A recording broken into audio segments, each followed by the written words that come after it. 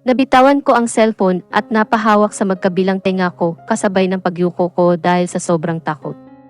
Bigla akong napakapit kung saan sa loob ng kotse dahil bigla siyang lumiko, tinignan ko siya na seryosong nagdra-drive. Nasaan na tayo? Tanong ko sa gitna ng pagmamaneho niya. She didn't answer because she's focusing of what her doing. Napatili ako at napabalik ang mga kamay ko sa tenga ko para takpan yon kasabay yon ang pagyuko dahil sunod-sunod na ang pagpapaputok sa amin. Nagpapaikot-ikot lang tayo dito. Wait. What? I exclaimed. Gagawin ko to hanggang sa marinig na natin ang sirena ng mga pulis, 7. Just stop asking. Masungit niyang sabi kaya napaismid na lamang ako. Sana talaga mabilis yung mga pulis na tinawagan ko para matapos na to. Napaling na ko muli sa likod para tignan kung gaano sila kalapit sa amin. Parang binuhusan ako ng malamig na tubig sa kinaupuan ko nang makita ang isang lalaking nakalabas ang kalahating katawan niya sa bintana ng kotse at may hawak siya. Kate. Nautal kong tawag sa kanya. What? Masungit na sabi niya, tumingin ako sa kanya at napalunok ng paulit-ulit. Baso ka ba yon? Nahihirapang sambit ko, nagkatinginan kami at parehong nanlalaki ang mga mata. Naputol ang pagtitigan namin at napabalik siya sa pagdra-drive nang biglang mag-ring ang cellphone niya. Nanginginig kong kinuha yon at sinagot. Inilagay ko yon sa loudspeaker bago nagsalita. Hello? Sambit ko. Pero ganun na lang ang gulat ko nang magsalita ang kabilang linya. You betrayed me, honey. It was her husband. And it. She calmly said at sinunod ko naman. Ang kaninang mabilis niyang pagmamaneho ay biglang bumagal kaya gulat akong napatingin sa kanya. Anong ginagawa mo, Kate? Bakit ka tumigil? Sigaw ko sa kanya pero tinignan niya ako at biglang umiti. I have no choice, darling. Sabi niya at mabilis akong napailing-iling. Pakisabi na lang sa anak kong mahal na mahal ko siya. Sabi niya at akmang bubuksan ang pinto nang pigilan ko siya sa braso. Hindi pwede. Sabay tayong maliligtas. Paglabas ko ng kotse ay ikaw na ang mag-drive at bilisan mo. Sabi niya, kaya hindi ko na napigilan ang emosyon at sunod-sunod ang luhang lumandas sa mga pisngi ko. Promise me. Mabubuhay ka at huwag mong sayangin ang sakripisyo ko. Sabi niya at binawi ang braso niya sa pagkakahawak ko. Napahilamos ako sa mukha at mabilis na umupo sa driver's seat at mabilis na ipinaharurot yon. Ililigtas kita, babalikan kita. Ayoko talaga siyang iwanan pero wala akong mapapagpilian. Ginawa ko ang sinabi niya dahil kapag nandito na ang mga pulis ay ililigtas siya. Mabubuhay siya. Pinikit-pikit ko ang mga mata dahil nanlaabo ang paningin ko dulot ng luha na parang wala ng bukas. Iniliko ko ang sasakyan kasabay ng tunog ng sirena ng mga pulis. Natatanaw ko ang sasakyan ng mga pulis, hindi kalayuan sa akin, kaya itinigil ko ang kotse at iwinawagayway ang mga kamay. Ilang sandali pa at napahinto ang mga pulis at napansin ko din na may itim na van na nakasunod sa kanila. Nakatingin lang ako sa itim na van nang biglang bumukas to at iniluwa yon si Liam. Mabilis akong tumakbo papunta sa kanya. Liam! Tawag ko sa kanya at nanlaki naman ang mga mata niya at mabilis na hinihakbang ang mga paa at niyakap ako. Pinutol niya ang yakapan namin at tinignan akong nag-aalala. Said, ayos ka lang. Tumango ako sa tanong niya. Yung mama ni Kade, please iligtas natin siya. Pagmamakaawa ko at umiyak. May lumapit na pulis sa amin at agad ko siyang hinarap, magsasalita sana ako nang unahan niya ako. Na-trace na po namin sir ang location ng number na dinamit kanina ni Ma'am. Sabi niya at nabigyan ako doon kahit ng kunting pag-asa. Iligtas niyo po siya. Sabi ko. Gagawin po namin ang aming makakaya Ma'am, sir. Sabi niya at ngumiti lamang ako kahit parang tanga akong umiiyak dito. Napabaling muli ako kay Liam, si Manang ba at Austin safe. Naninigurado kong sambit. Tumango siya kaya naginhawaan ako doon, ang inaalala ko na lang talaga si Kate. Pero si Martin na una na doon. Hindi ko alam ang gagawin, parang hihimatayin ako sa sinabi niya. I'm sorry, okay. I tried to stop him, pero ang tigas ng ulo. Depensa niya agad sa sarili. Napahilamos ako sa mukha ng walang tubig dahil sa frustration. Hindi lang pala si Kete ang dapat kong aalahanin, pati na din ang asawa ko. Napaiyak ako lalo dahil sa situation namin ngayon. Tumakbo ako.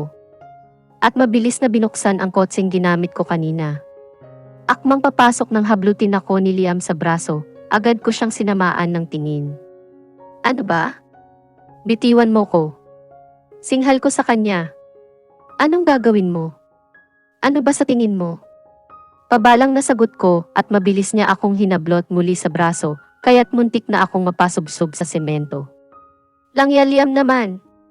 Sigaw ko at tinignan siya at hindi ko na napigilan at napaiyak na lang ako, hindi dahil sa muntik na akong mapasubsob sa semento kundi ay sa sobrang pag-aalala kay Martin. Naramdaman ko sa gilid ng mga mata kong nagsisyalisan na ang mga pulis at tinungo ang kuta ng papa ni Kede. Hindi ko pwedeng pabayaan si Martin. At kapag napahamak ka, what? Mas lalaki ang problema, he said and I just shook my head. Hayaan mo na ang mga pulis at sa mga tauhan ng daddy mo. Sabi niya, ginawa ko ang lahat at tinulungan ako ni Kate na maligtas at makawala para mabuhay dahil gusto ko pang makasama ang pamilya ko. Pero hindi ko kakayanin kapag si Martin naman ang mawala sa buhay ko. Gusto kong sapakin si Liam dahil kapag tinatangka kong pumasok sa sasakyan ay sa kanya naman ako hihilahin at haharangan. Nakakatanga naman ang ginagawa niya at mas nakakabaliw dahil hindi ako mapakali habang naghihintay dito. Liam, please I won't go inside, Just. Fine. Just promise that you'll follow everything I say. Sabi niya and I immediately nod my head. Sa sobrang kagustuhan ko ay nauna akong pumasok sa loob ng kotse. At tinignan siya habang ang luha ay tumutulo pa rin. Napabuntong hininga siya at papahilamos sa mukha niya bago pumasok sa loob ng sasakyan at umupo sa driver's seat. Pinaandar niya ang sasakyan at habang papalapit kami ay natatanaw namin ang mga pulis. Nang tuluyan na kaming nakalapit ay itinigil niya ang sasakyan at akmang bubuksan ko ang pinto pero nakalock yun. You'll not come out of this car, Erin. Inunahan niya ako dahil alam niyang magsasalita ako. Wala akong nagawa kundi ang sumunod at tanawin na lamang ang nangyayari sa labas. May mga pulis na nagkalat sa buong lugar at may mga ibang nakaitim na uniform at hindi ko alam kung ano ang tawag sa kanila. Napaigtad ako at nanlalaki ang mga mata ko dahil sa biglaang pagsabog ng kung ano. Martin. Liam. Si Martin, Liam. Usal ko at hindi na napigilan at humagulhol na ng iyak. Para akong tangang pilit binubuksan ang pinto ng kotse, kahit imposible namang mabuksan ko yun. Where the hell are you? Napatingin ako kay Liam dahil sa biglaang sigaw niya habang may kausap sa cellphone. Yes. I'm with her so please, be safe. Hindi ko na napatapos ang sasabihin ni Liam dahil hinablot ko kaagad ang cellphone sa kanya. Hello? Martin? Wife? Napalundag ako sa kinaupuan at napaiyak ng tudo dahil siya nga. Tangik ka Martin. Lumabas ka ng bahay dyan. I promise. Aniya kaya napatango-tango ako. Gawin, hindi ko na nabuo ang sasabihin ko dahil biglang naputol ang linya. Pabato kong ibinigay kay Liam ang cellphone niya. Hey! Mahal to. Ano ka ba? Reklamo niya at agad ko siyang sinamaan ng tingin. Ulul ka. I shouted at him and he held his chest dramatically. What did I do? Gulantang tanong niya. Hindi na ako nagsalita pabalik sapagkat itinuon na lamang ang paningin sa labas. Bakit ang daming mga poles na nasa labas? Ano ba to? Dapat nasa loob sila. Anong hinihintay nila? Himala? Ilang sandali pa at nagtatakbo ang ilang mga pulis habang ang mga armas nila ay kanilang inihahanda. Liam, labas na tayo. Sabi ko at kita sa mukha niya ang tending pagtutol. Hindi nga pwede. Ang tigas ng ulo mo. Singhal niya sakin at nahagip ng mata ko ang isang bote ng alaki na nasa ilalim. May katarantaduhang pumasok sa isip ko, yumuko ako at mabilis na kinuha yon. Ayaw mong pumayag? I said at itinutok ang bote sa bintana ng kanyang sasakyan. Agad namang nanlaki ang kanyang mga mata. Irene, what the hell? Put it down. He begged, but smirked. Isa. Pag umabot sa 3 milyon ang mawawala sa'yo para lang mayayos ang sasakyan mo. Banta ko. 2. I counted again at napahilamos siya sa mukha niya. Tat. Fine. Fine. Pagsuko niya at ini-unlock ang sasakyan. Not Amway baby, Amway damn car. Rinig niyang sabi ni Liam bago itong iwan sa loob ng sasakyan. Tumakbo ako papunta sa harapan ng abandonadong building. Akmang lalapit pa nang humarang bigla ang pulis sa harapan ko. Ma'am, bawal po kayo dito. Harangan niyo po yan. Sabi ni Liam na nasa likod ko na pala. Hinarap ko ang pulis. Ano ang nangyayari sa loob? Tanong ko. Hindi pa po namin alam at katulad ninyo ay naghihintay din kami ng balita sa mga kasamahan namin na nasa loob. Napayuko kami lahat bigla nang may biglang sumabog na parang bulkan at hindi namin inaasahan yon. Hindi ko alam pero para bang biglang naging slow motion ang lahat ng tingalain ko ang building. Nagkakagulo ang mga pulis at ang ibang pulis ay nakahandusay sa sahig at duguan. Unti-unti akong tumayo at napaawang ang mga labi dahil sa nasaksihan. Hindi. Mahinang usa ko. Sumabog ang building at parang simpleng bagay lang to na dinurog. Unti-unti kong inihakbang ang mga paa-paabante at nakita ko na lang ang sariling tumatakbo papasok sa loob ng building at bago ko pang magawa ay may brasong humablot sa biwang ko. Martin! Hindi. Yung asawa ko, hindi pwede. Nagpumiglas ako sa brasong nakayakap sa akin pero hindi talaga ako hinahayaan ng taong wala sapagkat ay mas hinigpitan pa ang pagkakayakap sa akin. Please, bitawan mo ako. Yung asawa ko nasa loob. Kailangan ko siyang iligtas. Pakiusap. Pakiusap ko sa taong nasa likod ko at naramdaman ko na lang na lumulutang na ang mga paa ko sa sahig dahil binuhat na ako ng taong to. Nang nasa malayo na kami ay binitawan niya ako. Hell! Irene! Magpakakamatay ka ba? Liam shouted at me while pointing his finger at me. Wanted to speak but I couldn't because I was crying. Na para bang kapag magsasalita ako ay kakapusin ako ng hininga.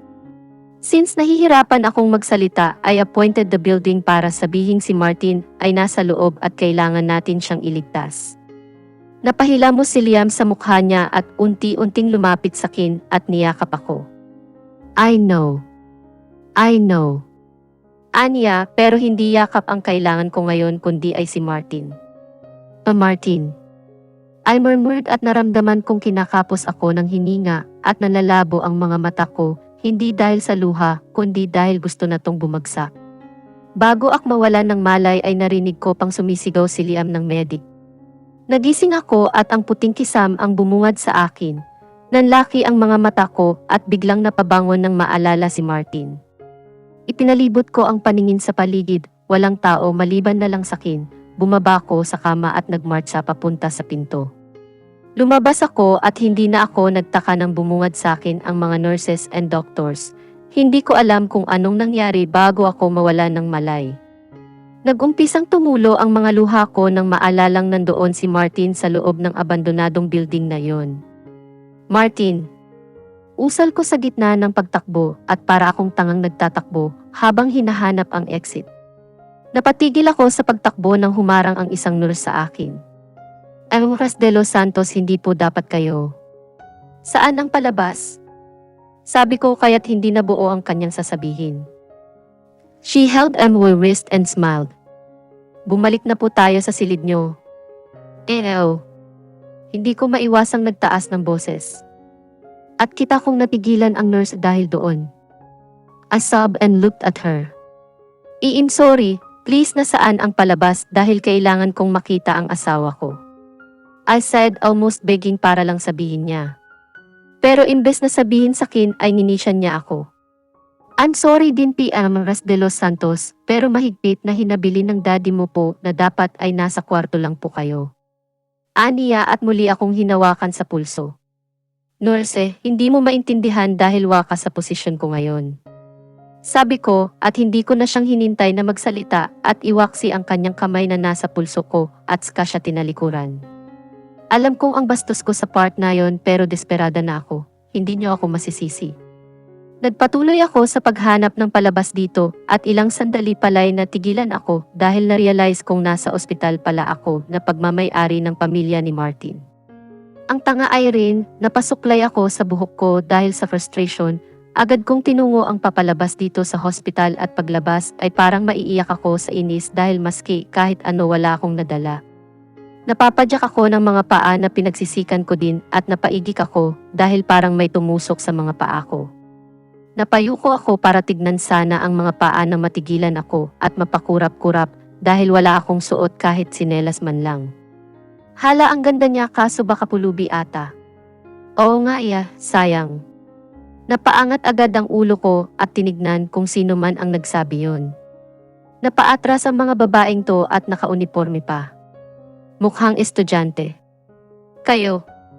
Sigaw ko sa kanila at ang isa ay napayakap sa bag niya. Sorry po sabi ng isa at agad na hinila ang kasama niya at tumakbo. Ang babata pa pero mga tsismosa na. Inis kong sabi at agad na tumaas ang kamay ko para pumara ng taxi na paparating. Nang huminto ang taxi ay agad kong binuksan ang pinto at papasok na sana nang may humablot sa braso ko. Inis akong tumingin kung sino man yon at handa na sanang suntukin kung sino mang animal ang humablot sa akin dahil muntik na akong madapa. Natigilan ako at napakurap-kurap, napahawak ako sa dibdib ko dahil parang aatakihin ata ako sa puso. Where the hell are you going? He said, napailing-iling ako dahil hindi ako makapaniwala. Ano ba? Sasakay pa ba kayo? Rinig kong reklamo ng driver. Hindi. Hindi ko natapos ang sasabihin dahil agad nang umalis ang taxi. Totoo ba to? Dahan-dahan kong iniangat ang dalawang kamay at hinagkan ang kanyang mga pisngi. Totoo ka ba? I said softly at parang lumundag ang puso ko sa saya nang umiti siya sa akin at dahan-dahang umango. Hindi ko alam ang sasabihin at gagawin at nakita ko na lang ang sariling napaupo at tinakpan ang mukha ng dalawang kamay. Oh God! Naramdaman kong nasakop ng katawan niya ang katawan ko dahil sa kanyang yakap. Don't say why. I'm sorry. Pang-aalo niya sa akin pero imbes na tumahan ay lalo akong napaiyak. I'm sorry. I'm sorry because I make you worried. Aniya at kinuha ang mga kamay ko at marahan niyang iniharap ang mukha ko sa mukha niya. He kissed my forehead at hugged me again and I hugged him back. Akala ko mawawala ka na sa akin. I said in the middle of our embrace. Hush o wag ka nang umiyak, Itemem. He said softly and I tried my best na wag nang umiyak pero nauwi yon sa pagpesingo at rinig kong napatawa siya ng mahina. I immediately glared at him. Ano ang nakakatawa Akala mo masaya? Para akong mababaliw dahil nasa loob ko. Singhal ko sa kanya at tumayo kaya't napatayo din siya. Dinuro ko siya at akmang magsasalita nang matigilan kami at napalingon sa lalaking biglang tumawa. Hahalang ya, bakit nakapaa ka? Sabi ni Luke at humalagapak ng tawa habang nakaturo sa mga paa. Kung walang saplot. Buwisit talaga ang lalaking to, hindi marunong makiramdam. Hindi ko siya pinansin sapagkat nagmarcha ako papalapit sa kanya, tinangka ang pagkakataon na tumatawa siya at hinablot ang susi ng kanyang sasakyan. Mabilis kong tinungo ang parking lot at napasigaw ako dahil may bisig na bumuhat sa akin. Wife! You're bleeding! Sigaw niya habang binuhat akong pang bridal style. Napakunot ang noo ko sa kanya. Tanga! Hindi pa bumabalik ang mens ko dahil kakapanganak ko lang kay Austin. Yung paa mo amin. Sabi niya at agad ko namang pilit tignan ang paa ko pero natigilan ako nang sumigaw siya. Huwag kang malikot. Anya. Ba't ka sumisigaw? Inis kong sabi at napabuntong hininga naman siya. Napakapit ako sa nepi niya dahil muntik na akong malaglag. Naglalakad siya papasok muli sa loob ng hospital. At nalamon ako ng hiya dahil nagtitinginan agad ang mga ibang tao sa amin. Ibaba mo na lang ako, Martin. Sabi ko pero hindi niya ako pinansin. May nagbabati sa kanya ng iba at binabati niya din yon pabalik Itinago ko na lang ang mukha ko sa dibdib niya dahil sa kahihiyang naramdaman. Ibinaba niya ako sa kama nang makapasok na kami sa silid ko. Tinignan ko siya at tinignan niya din ako. Napabuntong hininga ako at nagbaba ng tingin. "Stay here," sabi niya at lumabas ng kwarto at pagbabalik niya ay may kasama siyang doktor at 2 nurse. "Yeah, she's bleeding." Anita ni Martin, napakunot ang noo ko dahil sa sinabi niya. "Oh my goodness Martin, ang liit nitong sugat." Sabi ko, pero tinignan niya lang ako sandali ay ibinalik muli ang paningin sa doktor at kinausap. "I understand, I'll handle her," the doctor said and she approached me. Kumuha ang nurse ng upuan at ibinigay yon sa doktor at umupo sa harapan ko. Kinuha niya ang paa kong may sugat at inilagay niya iyon sa hita niya at sinuri-suri. Nakatayo lang si Martin sa likod ng doktor at katulad ko ay nanonood lang din. "Nurse Joy, please pakikuha ako ng cotton and alcohol," the doctor said. "Yes, doc," sabi naman ng nurse at lumabas at pagbalik ay agad niyang ibinigay sa doktor. Binasa niya ang cotton ng alcohol ay ipinahid niya iyon sa talampakan ko at gano'n na lang ang panlalaki ng mga mata ko dahil noon ang tapos na niyang ipahid ay nakita ko ang cotton na sobrang dumi. Langya naman. Tumakbo-takbo pala. Ako kanina na nakapaalang, ang tanga Irene. Tinignan ko si Martin at gano'n na lang ang pag-ismid ko at pag-irap sa kanya dahil nakangisi siya sa akin. Alam kong masaya siya ngayon dahil alam niyang nahihiya ako. Kasalanan niya naman yon kasi pinag-alala niya ako. "Is it the one deep?" Biglang tanong ni Martin.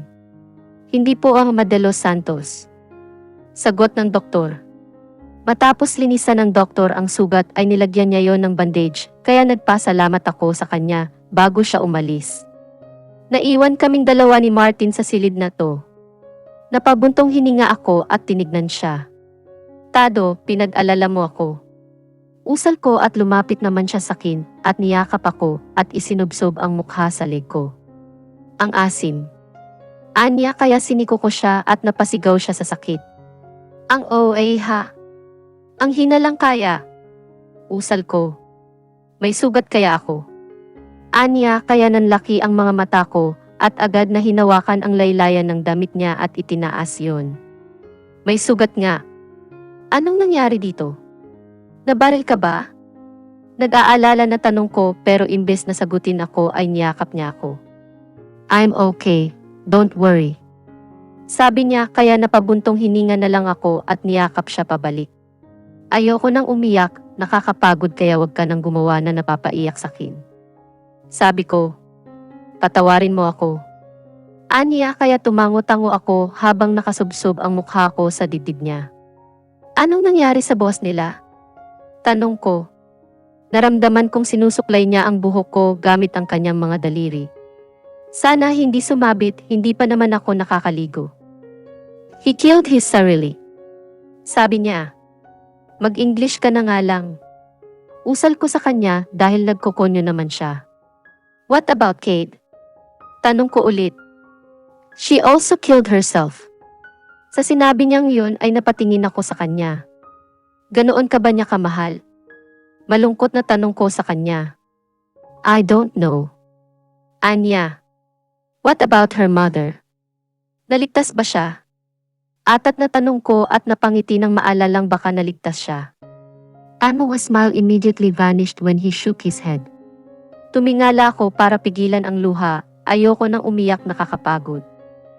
"She sacrificed herself for me," sabi ko at kahit anong pilit kong wag umiyak ay traidor ang luha ko dahil agad tong luman sa mga pisngi ko. Bago pa ako umiyak ng tudo ay hinablot ni Martin ang ulo ko at isinubsob niya yon sa dibdib niya. Nalulungkot ako sa sinapit ng mga magulang ni Kede. Nagpapasalamat ako sa kanila and at the same time ay nalulungkot dahil namatay si Kede na hindi nararamdaman pabalik ang pagmamahal ni Martin. I can't blame myself too dahil katulad ni Kate ay may pamilya din ako. Namatay si Kate na hindi maganda ang relasyon niya sa anak at asawa niya. Namatay siyang hindi nagkaapo dahil nag-iisang anak lamang nila si Kate. Habang nabubuhay ako ay nagpapasalamat ako dahil sa ginawa niya para sa akin. Hinding-hindi ko siya malilimutan kahit kailan. Thank you, Kate.